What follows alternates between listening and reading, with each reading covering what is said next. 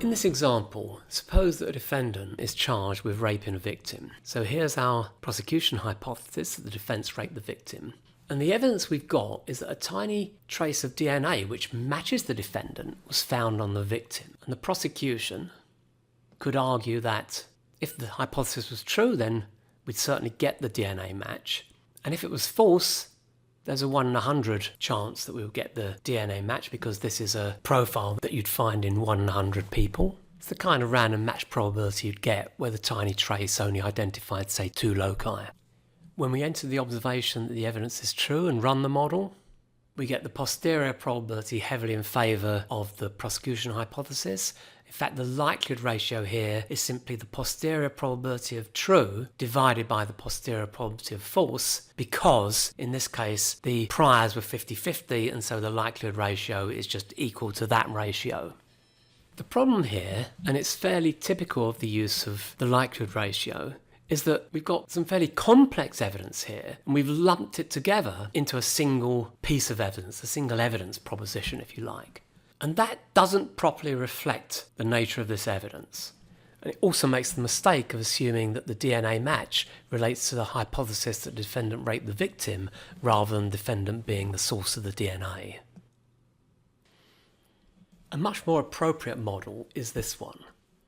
First of all, note that the evidence that the DNA found on the victim matches the defendant relates directly to the hypothesis that the defendant is the source of the DNA found on the victim. And that's different from the hypothesis that the defendant raped the victim. Obviously, if the defendant raped the victim, then it's much more likely that the defendant is the source of DNA found on the victim, but these are different. So if we look in here, how that's defined, that's exactly how the DNA match evidence was defined before, but this time it's really correct because that is the random match probability associated with a person other than the defendant being the source of that DNA.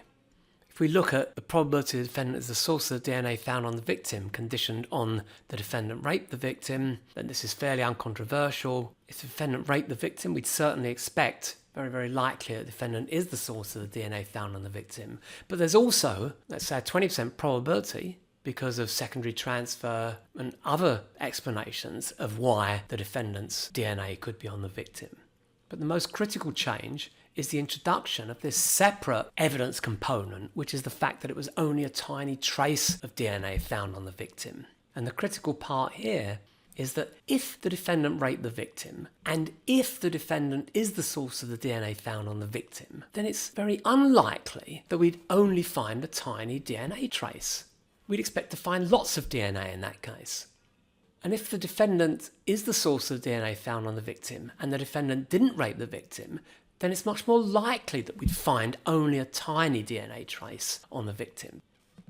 Now, when we enter the DNA match evidence, then, as expected, that significantly supports the hypothesis that the defendant is the source of the DNA found on the victim, but it doesn't support so strongly the hypothesis that the defendant raped the victim. It is probative in favour of that, but nothing like as probative as it is in favour of the defendant being the source of the DNA found on the victim. Moreover, if we now enter the extra evidence that it was only a tiny trace of DNA, then look what happens here. Whereas we're still fairly sure that the DNA found on the victim does belong to the defendant, we're no longer sure that the defendant raped the victim. In fact, that probability is now less than the prior probability. So the likelihood ratio of this combined evidence is this divided by this, which is less than 1, so this combined evidence supports the defence hypothesis rather than the prosecution hypothesis.